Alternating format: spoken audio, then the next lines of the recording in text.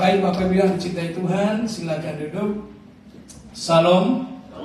Ya, pertama-tama bersyukur kepada Tuhan karena kasih Tuhan maka kita ada sampai hari ini.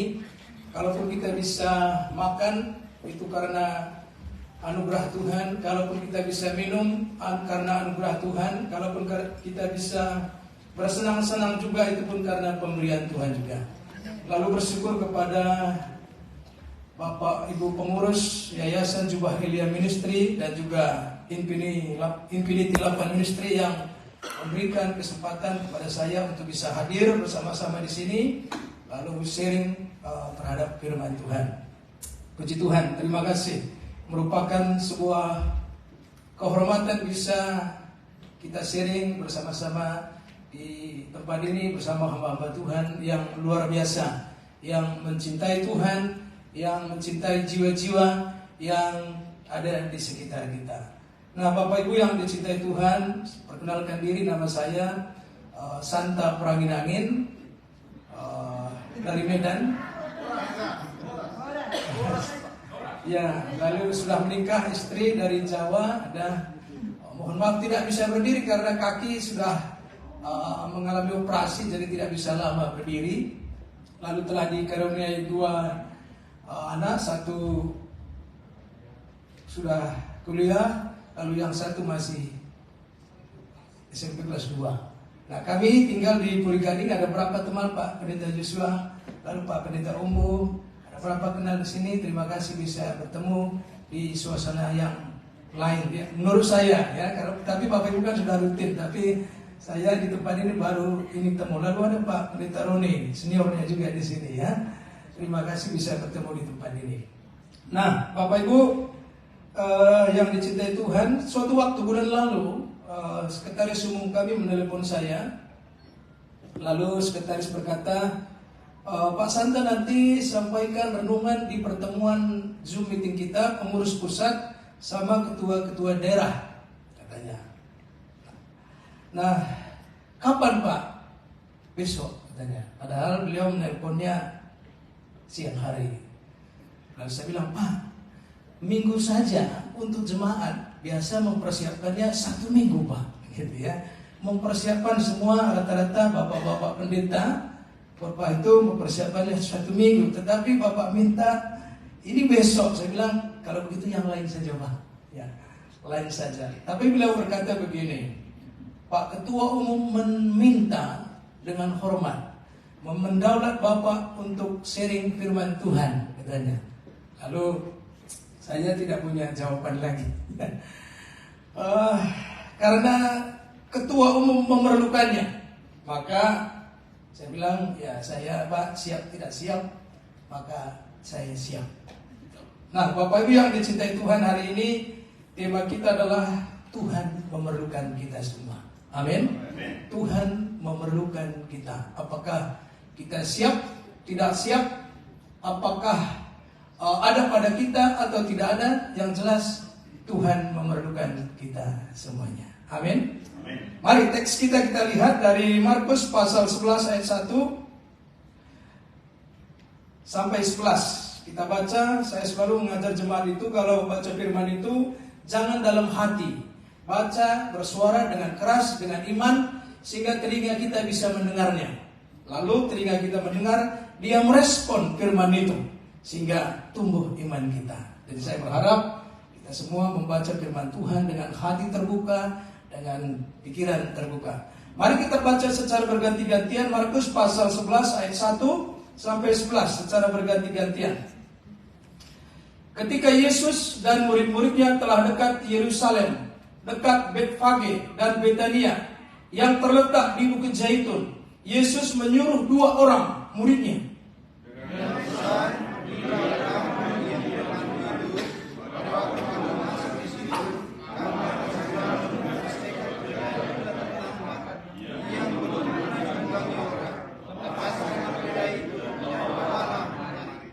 Dan jika ada orang yang mengatakan kepadamu, mengapa kamu lakukan itu? Jawablah, Tuhan memerlukannya. Ia akan segera mengembalikannya ke sini.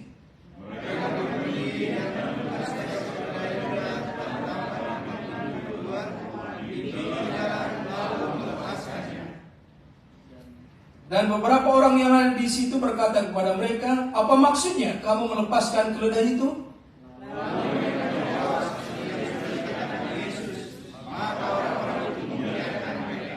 Lalu mereka membawa keledai itu kepada Yesus dan mengalasinya dengan pakaian mereka. Kemudian Yesus naik ke atasnya.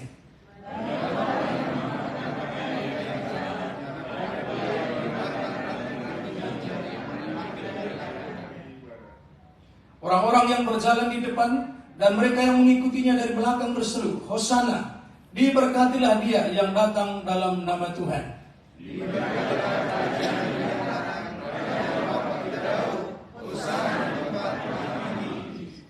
Sesampainya di Yerusalem, ia masuk ke bait Allah. Di sana ia meninjau semuanya. Tetapi sebab hari sudah hampir malam, ia keluar ke Betania bersama-sama dengan ke-12 muridnya. Amin. Bapak Ibu Saudara yang dicintai oleh Tuhan Yesus, adapun orang yang berbahagia adalah orang yang selalu membaca firman Tuhan, merenungkannya, serta melakukannya dalam hidupnya hari lepas hari. Yang menjadi tema kita adalah ayat yang 3 tadi, bagian B.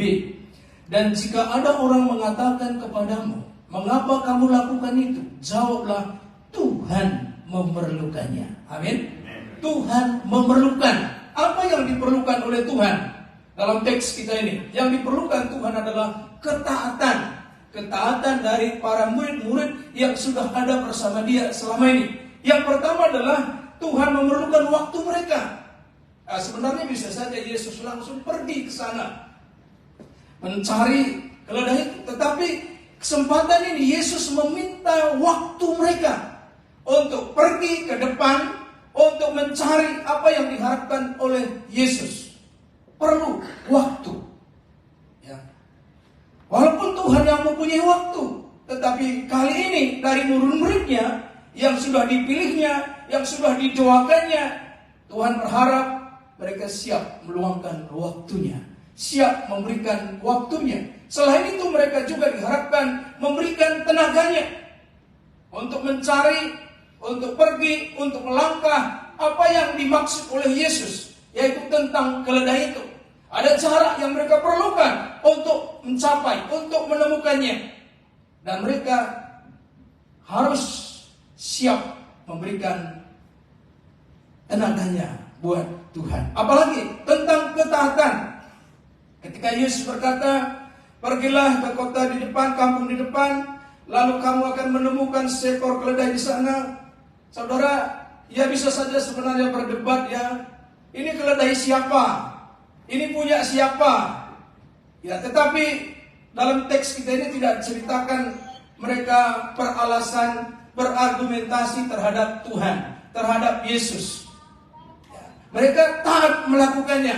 Mungkin pun tidak, walaupun tidak seperti yang lazim, yang biasa terjadi, tetapi mereka pergi melakukannya. Lalu memerlukan iman, ya tidak melihat apa yang diucapkan oleh Yesus, apa yang diperkatakan Yesus, tidak melihat, tetapi mereka mempercayai ucapan-ucapan yang disampaikan oleh Yesus. Kalau kita melihat nanti teks kita, respon murid-murid di sana di ayat 4 itu, maka mereka pun pergi. Mereka pun pergi. Tidak berdalih, tidak berargumentasi, tidak punya alasan, walaupun semua di luar kemampuan mereka, di luar pemahaman mereka, tetapi mereka pergi. Alkitab mencatat, lalu mereka pun pergi. Saudara-saudara yang dicintai oleh Tuhan, Tuhan memerlukan ketaatan kita. Tidak sedikit firman, tidak kurang firman yang kita baca, yang kita dengar, yang kita renungkan. Dan itu sangat baik. Tapi lebih daripada itu adalah diperlukan namanya sebuah ketaatan terhadap apa yang didengar, apa yang dilihat, apa yang diterima. Nasihat Rasul Paulus kepada jemaat Tuhan di Filipi itu adalah, apa yang engkau telah pelajari, apa yang telah engkau terima, apa yang telah engkau dengar, apa yang engkau telah lihat, lakukan itu semua. Ya, lakukan itu semua. Maka Allah sumber damai sejahtera akan menyertai kamu. Jadi penting adalah ketaatan. Tuhan perlu ketaatan Bapak, Ibu, dan saya hari ini. Ini yang pertama kita belajar. Yang kedua adalah selain Tuhan memerlukan ketaatan, Tuhan juga memerlukan apa yang kita miliki. Apa yang dimiliki oleh pemilik keledai ini? Ya, Alkitab tidak menjelaskan berapa banyak sebenarnya keledai yang dia miliki. Apakah satu, apakah dua, atau satu kandang? Tidak dijelaskan. Tapi di sana dikatakan bahwa kamu akan menemukan seekor keledai di sana. Kemungkinan pemilik keledai ini tidak memiliki banyak keledai. Ya. Tetapi menarik, walaupun tidak banyak, Tuhan memerlukannya. Sedikit, tapi Tuhan berkata, walaupun kamu punya sedikit, punya satu keledai, punya beberapa keledai saja, Tuhan memerlukannya. Yang menarik adalah, kok Tuhan mencarinya keledai?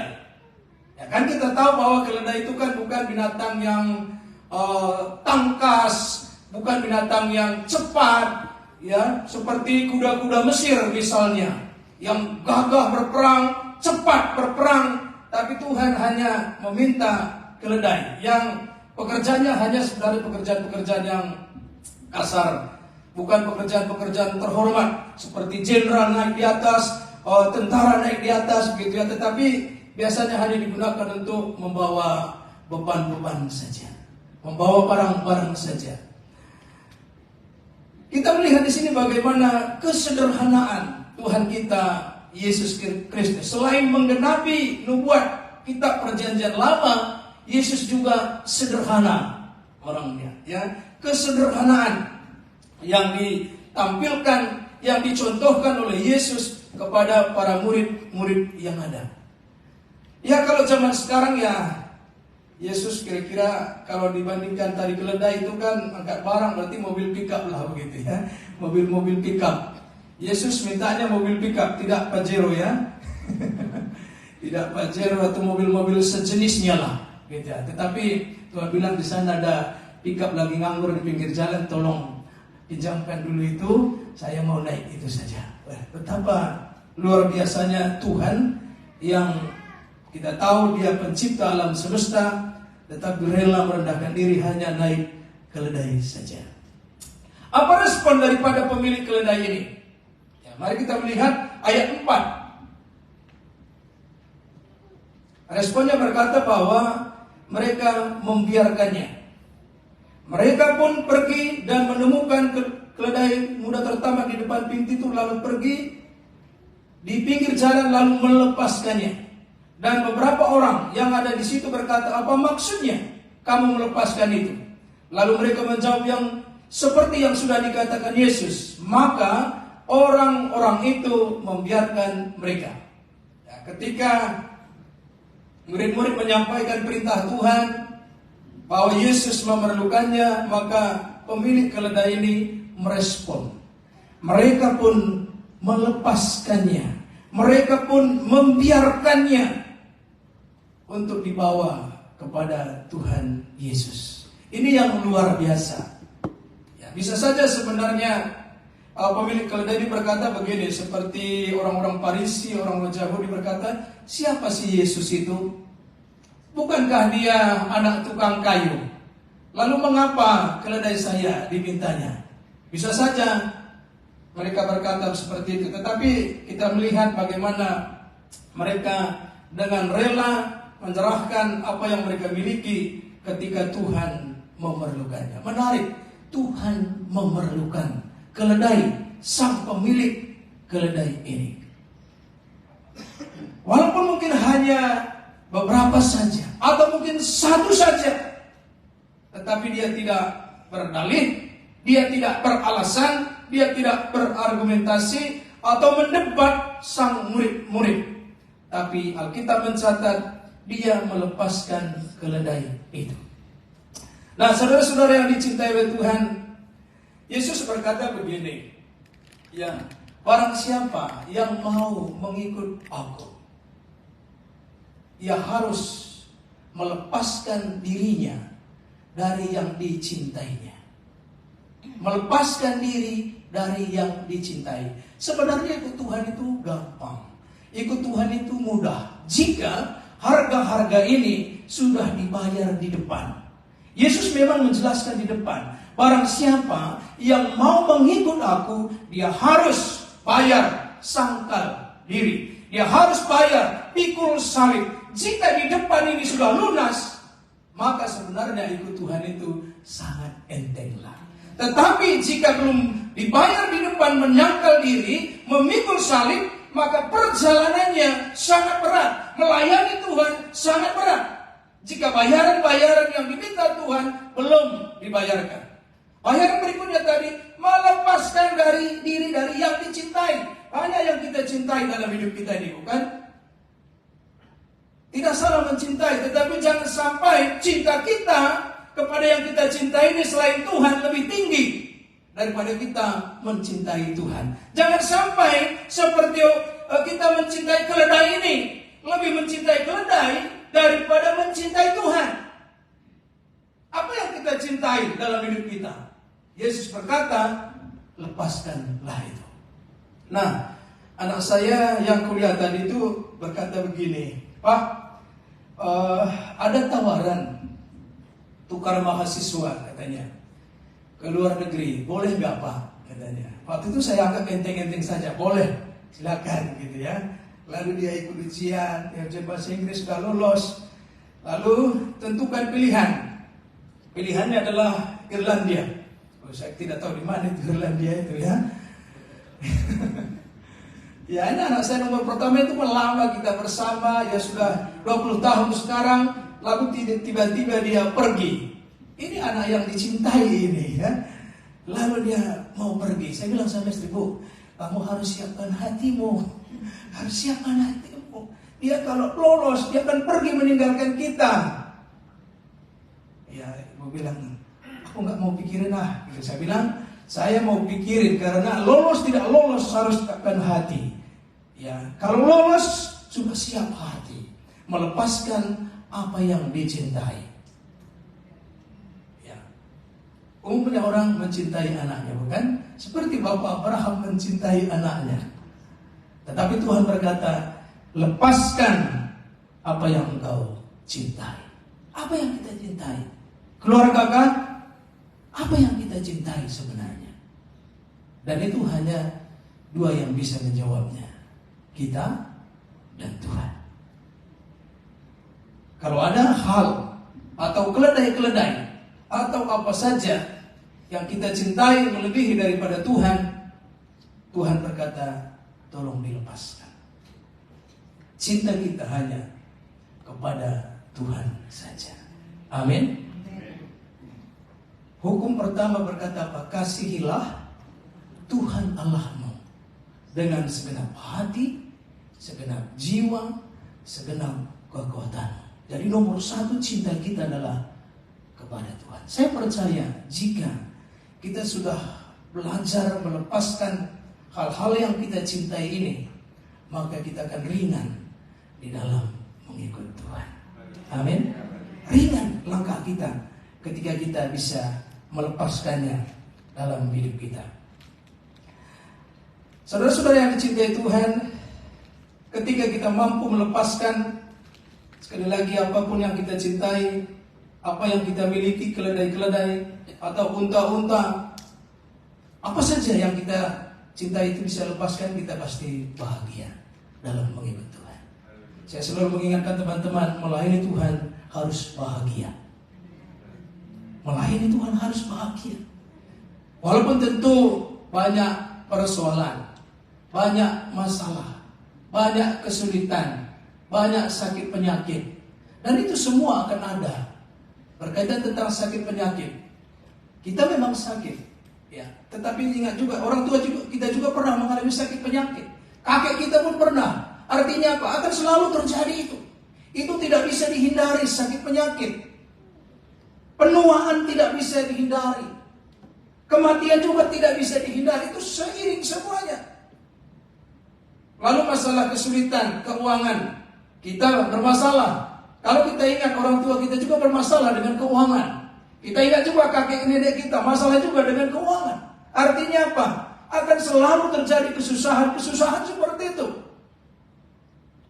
Tetapi walaupun demikian, kita bisa tetap bahagia.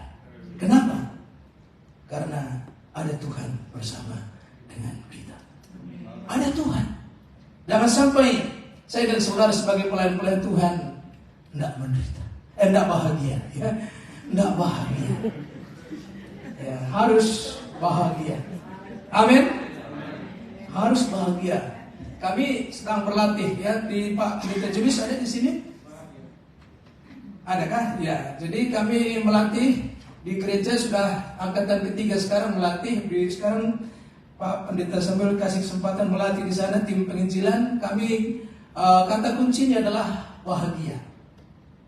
Ya, bahagia. Lalu saya sampaikan jangan sampai saudara sebagai pemberita Injil tapi hidup saudara tidak bahagia. Berdosa, berdusta namanya. Jadi menyampaikan begini. Sesungguhnya Bu, Tuhan ingin ibu bahagia, gitu ya. Siapa yang tidak ingin bahagia? Nah, tetapi persoalannya adalah apakah yang menyampaikan ini sudah bahagia? Jangan sampai dia lagi stres. Tapi dia berkata, sesungguhnya Bu, Tuhan ingin kita bahagia. Jadi harus penyampai itu, pemberita itu menikmati, mempercayainya dulu apa yang dia sampaikan kepada orang lain. Ya, jadi harus bahagia. Hudson Taylor berkata begini, semakin sedikit yang saya habiskan untuk diri saya sendiri dan semakin banyak saya berikan kepada orang lain, semakin penuh kebahagiaan dan berkat bagi jiwa saya. Amin. Semakin bahagia, semakin kita bisa melepaskan apa yang kita genggam kencang-kencang ini. Apa yang saudara genggam kencang-kencang sampai gak bisa diotak-atik lagi. Kalau bukan Tuhan, kita perlu belajar melepaskannya. Saya anak tadi keluarga belajar membuka, melepaskannya. Karena itu pasti terjadi dalam hidup kita. Saya memperhatikan beberapa keluarga begitu mendewakan sekali anaknya. Ya, begitu, aduh kayaknya melebihi Tuhan begitu. Ya, kita perlu belajar. Izinkanlah anak itu seperti apa yang dimaksud Tuhan dalam hidup mereka. Memang kita harus merancang, menyiapkan, membiayai, mendidik. Tapi bagian kita sampai di situ saja. Kita tidak bisa menciptakan masa depan anak kita. Masa depan kita saja tidak jelas. Iya kan? Siapa yang tahu masa depannya? Kita saja tidak tahu masa depan saya. Mengapa kita begitu gagahnya mengatur, menyiapkan masa depan anak kita? Ya, serahkanlah sama Tuhan masa depan mereka. Sehingga kita enteng, bahagia dalam hidup kita. Yang kedua adalah Tuhan memerlukan apa yang kita punyai. Jangan saudara berkata saya tidak punya apa-apa. Tidak punya apapun, tidak punya apa-apa pun Tuhan memerlukan kita. Amin. Kalaupun hanya satu ban motornya, Tuhan perlu satu ban motornya. Ya.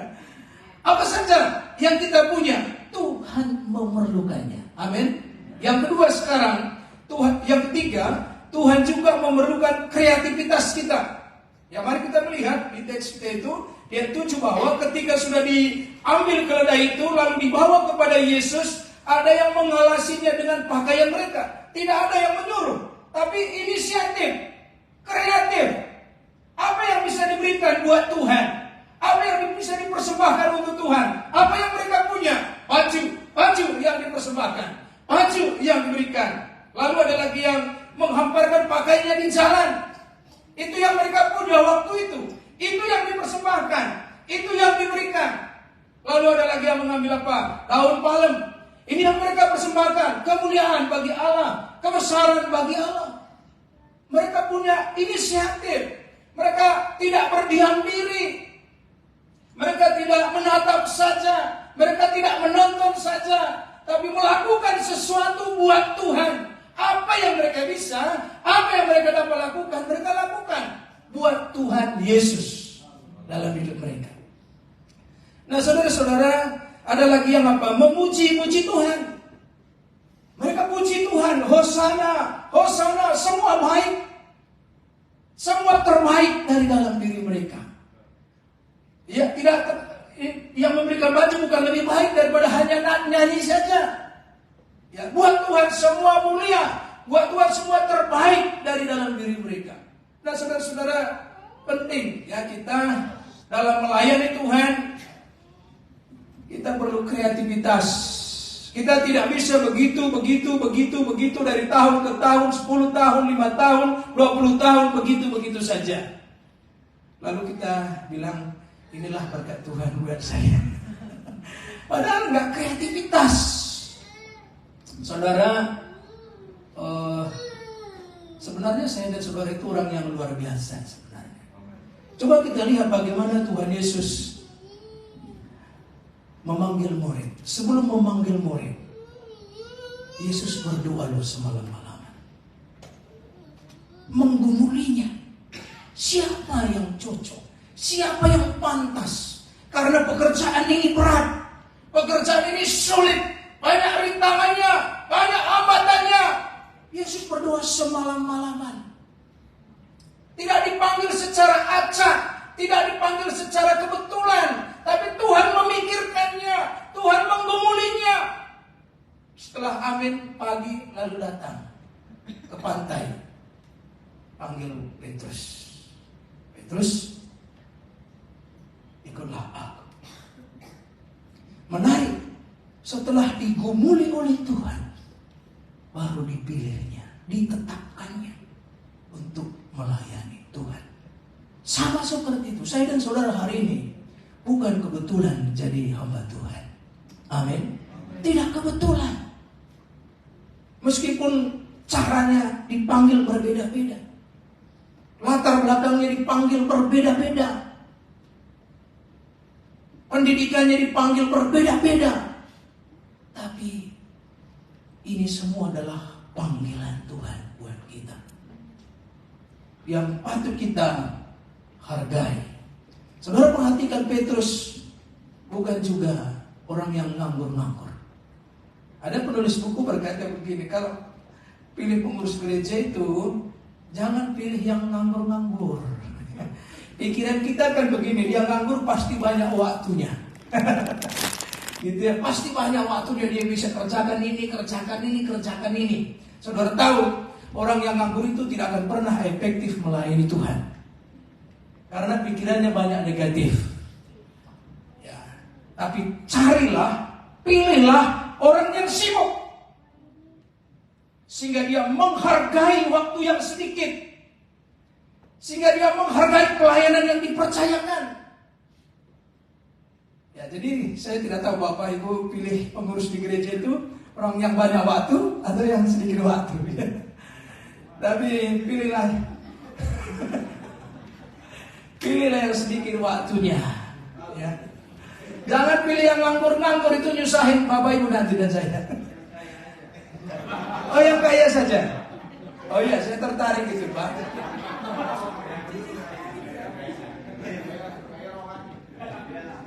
Tetapi Yesus begini, waktu ada orang kaya datang sama Yesus,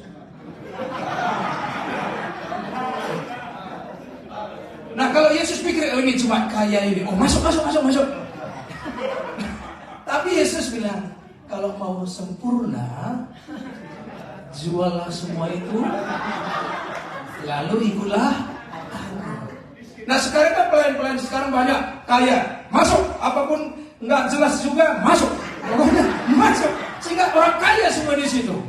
Tapi nggak memenuhi syarat Yesus masuk di dalam. Ya terserah juga ya, terserah Bapak Ibu mau. Jangan juga heran nanti ada gereja-gereja yang kaya semua di dalam, ya nggak apa-apa lah.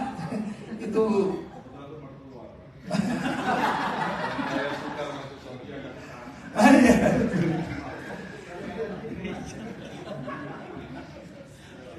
ya, jadi jangan heran kalau ada gereja-gereja semua yang jemaatnya kaya, yang susah nggak ada di dalam, ya. Karena memang yang dicari itu, ya dicari itu. Jadi tidak salah juga dia. Yang ketiga adalah Tuhan memerlukan kreativitas. Saudara-saudara kita, saya melayani di Gereja Perhimpunan Injili Baptis Indonesia. Ya. Kita ada beberapa kegiatan-kegiatan kita. Kita buat sekarang sekolah, tapi tujuan kita bukan buat sekolah, tapi tujuan kita adalah menjadi kesempatan memberitakan kabar baik buat anak dan juga buat orang tua. Ya. Mungkin belum sekarang, tetapi 1 tahun, 2 tahun, ya kita melihat, oh anak-anak yang alumni kemarin, oh datang orang tuanya, gitu ya. Jadi itu tujuan kita, ya supaya Injil ini, kabar baik ini bisa disampaikan. Jadi kita setiap pagi anak-anak ada ibadah, ada doa, ya kita buat seperti itu. Walaupun mungkin bukan Kristen semua di dalam, tetapi kita di depan sekolah ini sekolah Kristen. Ya, jadi kita jelaskan di depan, sehingga nanti jangan dianggap kita mengajari yang lain. Gitu. Kita jelaskan, kalau masuk silakan masuk. Lalu ada juga tim PI Bahtera Keselamatan yang sedang kami siapkan, sedang kerjakan. Dan ke depan ada lagi yang saya siapkan adalah tim Taman Bacaan Keliling. Jadi kami akan sediakan buku-buku buat anak-anak, karena kita tahu bahwa anak-anak itu sekarang susah sekali diajak untuk belajar. Ya, maka rencana kami, tujuan kami adalah untuk memotivasi anak-anak belajar. Kita siapkan buku, kita hadir di tempat itu satu hari dalam seminggu, lalu minggu depan pindah lagi, minggu ini pindah lagi, seperti itu. Tujuannya terakhir adalah tetap untuk bisa menyampaikan kabar baik. Tetap tujuannya, ya, untuk bisa menyampaikan kabar baik. Perlu kreativitas, saudara. Kita tidak bisa dari tahun ke tahun begitu saja.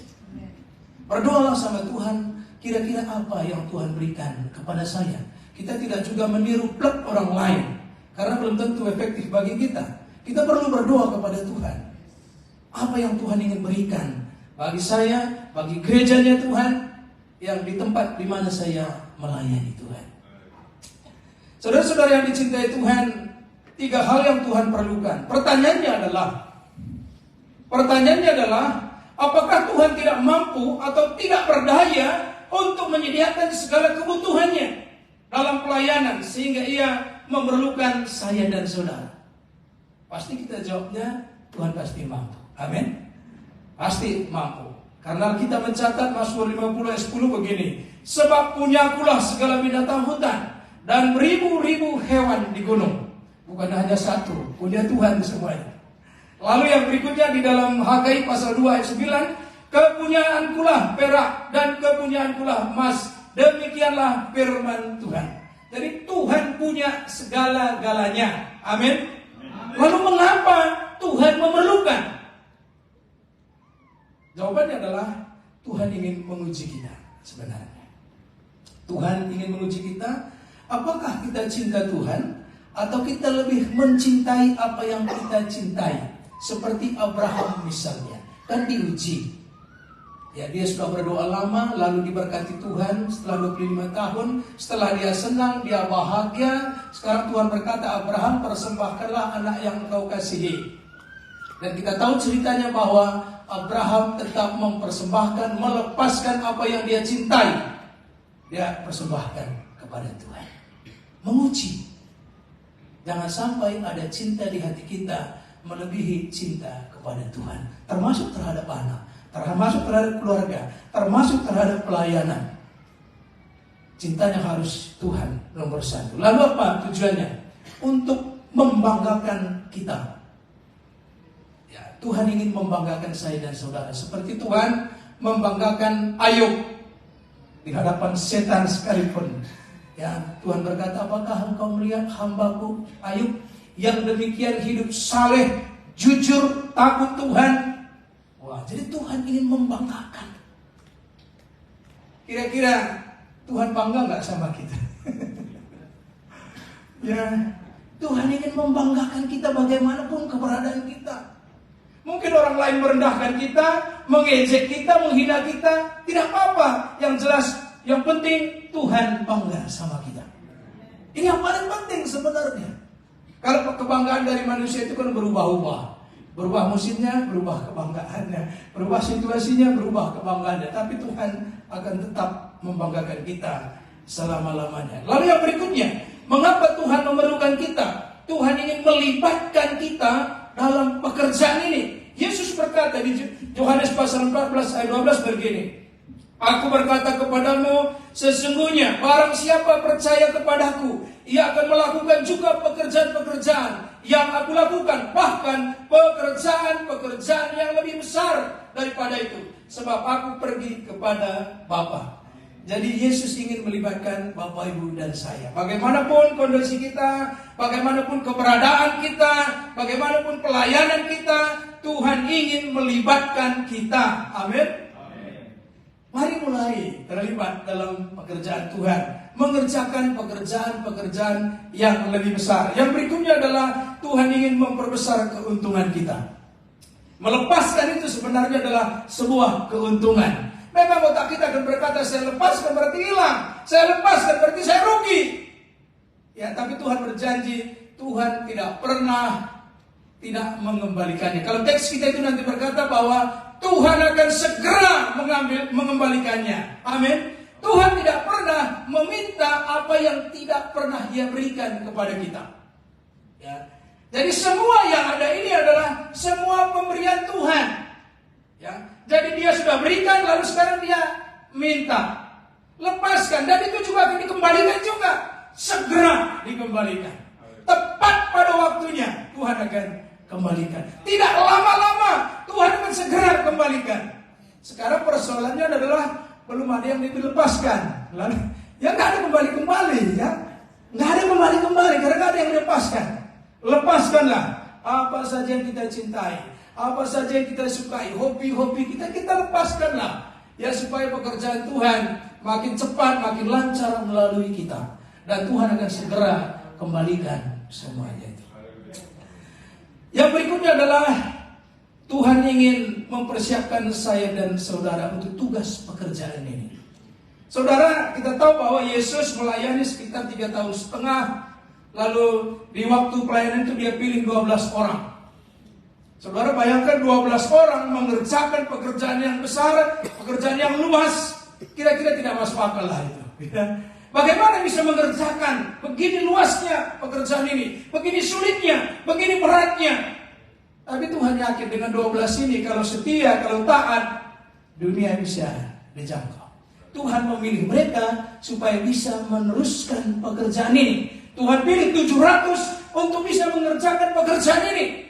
Dan saya dan saudara ada hari ini karena pekerjaan 12 orang itu. Amin. Karena 12 orang kita bisa jadi percaya. Ya, sampai hari ini kita bisa melayani Tuhan karena 12 orang itu. Tanpa 12 yang taat, yang setia, kita mungkin gak juga bisa percaya sama Tuhan. Jadi Tuhan ingin kita meneruskan pekerjaan ini. 2023 sekarang ini, Tuhan ingin kita meneruskan pekerjaan ini. Jangan sampai pada kita pelayanan ini berhenti. Jangan sampai pada kita pelayanan ini terbengkalai. Jangan sampai pada kita sekarang ini pelayanan ini terpecah-pecah. Tapi kita harus teruskan dengan segenap hati kita. Kita harus teruskan, bahkan mempersiapkan generasi berikutnya juga. Kita tidak tahu apakah nanti pada masa kita selesai Tuhan datang, kita tidak tahu. Maka kita perlu juga persiapkan generasi-generasi berikutnya. Di persekutuan kita, di yayasan kita, di gereja kita, kita persiapkan siapa yang memenuhi kriteria untuk mengerjakan pekerjaan ini. Jadi harus dipersiapkan. Saudara-saudara, mungkin melihat waktu Piala Dunia itu ya, waktu Portugal, kita tahu di Portugal itu siapa pemain unggulnya di situ ya, Ronaldo. Ya, di terakhir itu dia tidak dimainkan ya, tidak dimainkan, hanya dimainkan babak kedua, lalu ternyata kalah jadinya. Akhirnya apa, kita lihat Ronaldo marah-marah. Dia punya potensi, punya kemampuan, tapi tidak dimainkan. oleh pelatih. Ya, dan dia marah, kecewa. Menyedihkan saudara kalau punya kemampuan, punya potensi, tapi tidak terlibat dalam pekerjaan Tuhan, itu menyedihkan sebenarnya. Ya, punya kapasitas untuk itu, tapi tidak dimainkan oleh Tuhan, tidak dilibatkan oleh Tuhan. Maka kalau kita dilibatkan sekarang ini pekerjaan yang mulia sekali dari Tuhan. Jangan sampai Tuhan taruh kita di pinggir lapangan hanya sebagai pemain cadangan saja. Ya, itu menyedihkan. Punya kapasitas, punya kemampuan mencetak gol, punya kemampuan segala-galanya, tapi duduk saja menonton.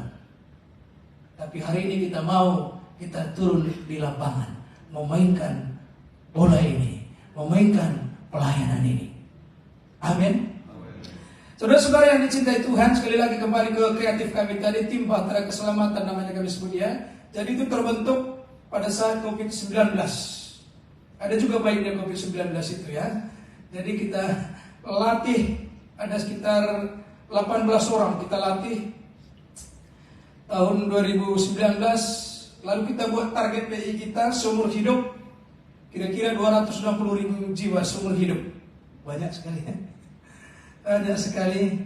Lalu di breakdown itu kira-kira 400 jiwa per tahun, lalu 40 jiwa per bulan, lalu 2 jiwa per bulan satu orang. Sedikit lah. Kalau 1 bulan 2 jiwa, banyak atau sedikit?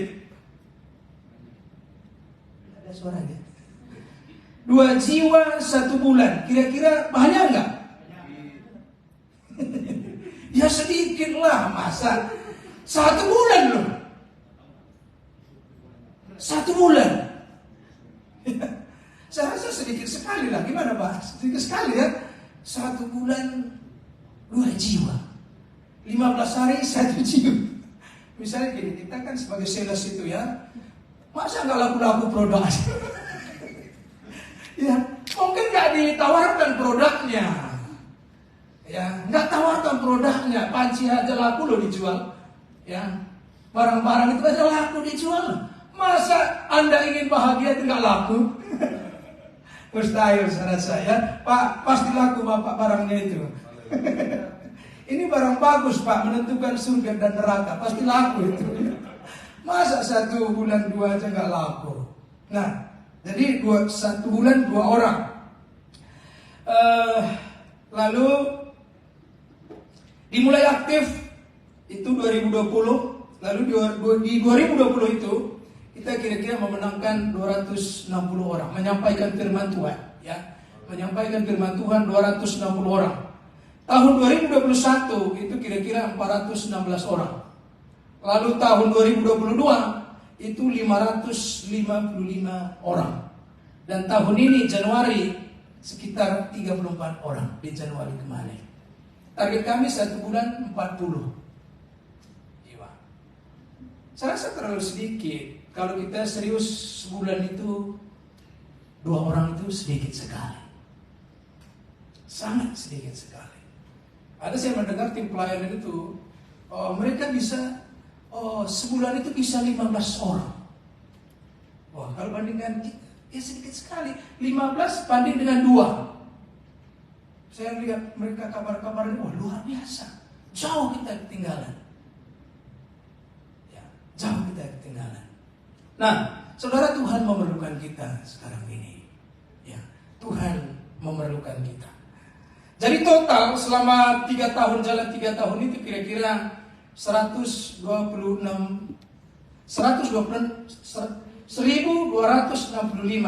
yang mendengar kabar baik. Nanti banyak pertanyaan saudara, pastinya ya. Nanti banyak pertanyaan saudara. Nah, tapi saya tidak, nanti kita cerita. Lalu yang berikutnya supaya waktunya pas 40 menit. Saya sudah dikasih tahu kemarin Pak Pendeta Samuel 40 menit saja Pak katanya. Bagaimana bisa ini terjadi saudara? Sekarang bagaimana ini bisa terjadi? Pertama, pemimpin harus jadi teladan Pak. Pendeta harus di depan. Jangan khotbahnya penginjilan. Ayo jemaat penginjilan, tapi pendetanya enggak penginjilan. Itu tidak bisa. Ya, itu tidak bisa. Jadi harus mulai dari pendetanya, pemimpinnya, menginjil. Ya, ini yang pertama. Lalu yang kedua adalah harus punya tim, Pak. Kalau kita sendirian, jujur kita akan putus asa juga, kita akan kelelahan, kita banyak hal. Tetapi dengan ada tim, grup di gereja itu, kita akan saling memanaskan satu sama lain, saling memotivasi satu sama lain. Jadi perlu tim.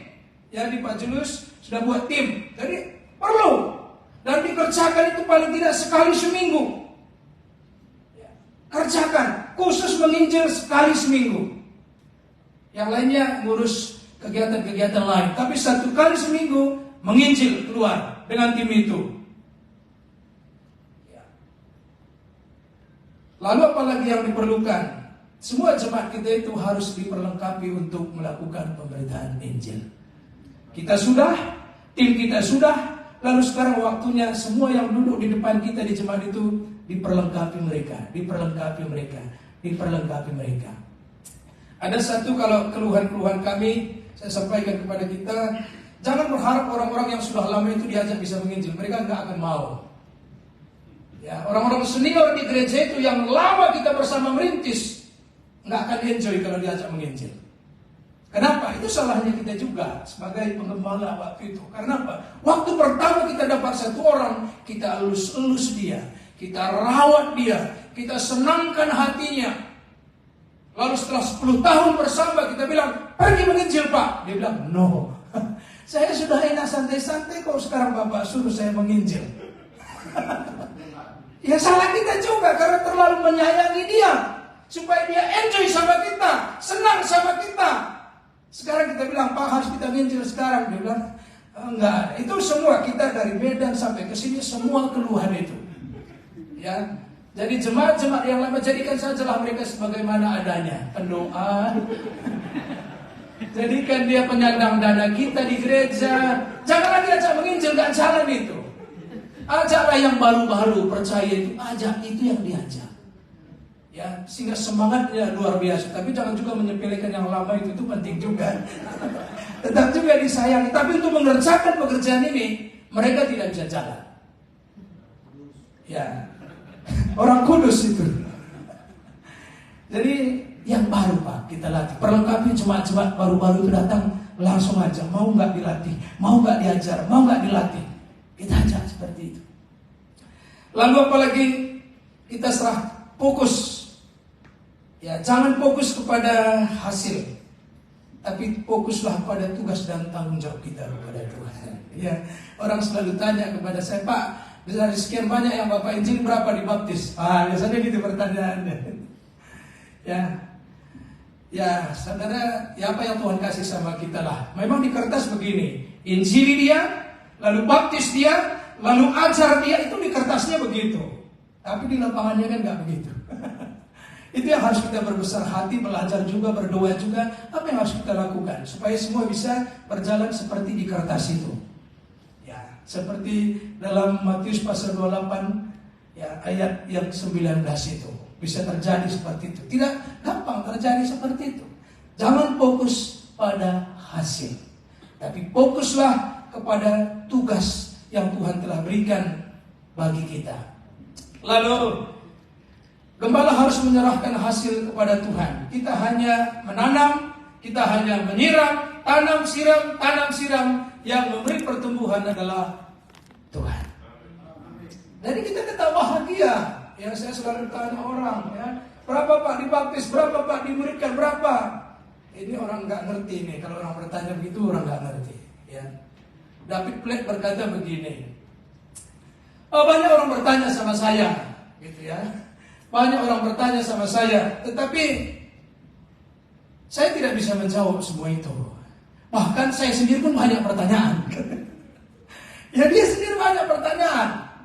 Ya, jadi nggak usah tanyalah. Yang penting kerjakan pekerjaan kita, tugas pemberitaan Injil. Tuhan memerlukan kita semuanya. Amin. Baik, mari kita berdiri, kita nyanyi lagu Pak satu Pak. Hidup kami hanya menggenapi firman Tuhan. Mari kita berdiri. Mari singer tadi. Biarlah ini doa kita bersama, saudara. Kita ada di sini karena Tuhan memerlukan kita semua. Amin.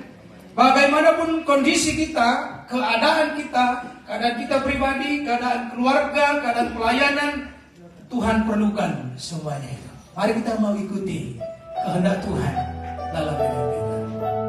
Bapa di surga, kami bersyukur kepadamu. Kami percaya kami dipilih Tuhan. Kami percaya kami ditetapkan Tuhan untuk melakukan tugas-tugas yang datang dari Tuhan. Dan bagaimanapun kondisi kami, Tuhan memerlukan kami semuanya. Biarlah kami bisa meresponi panggilan Tuhan.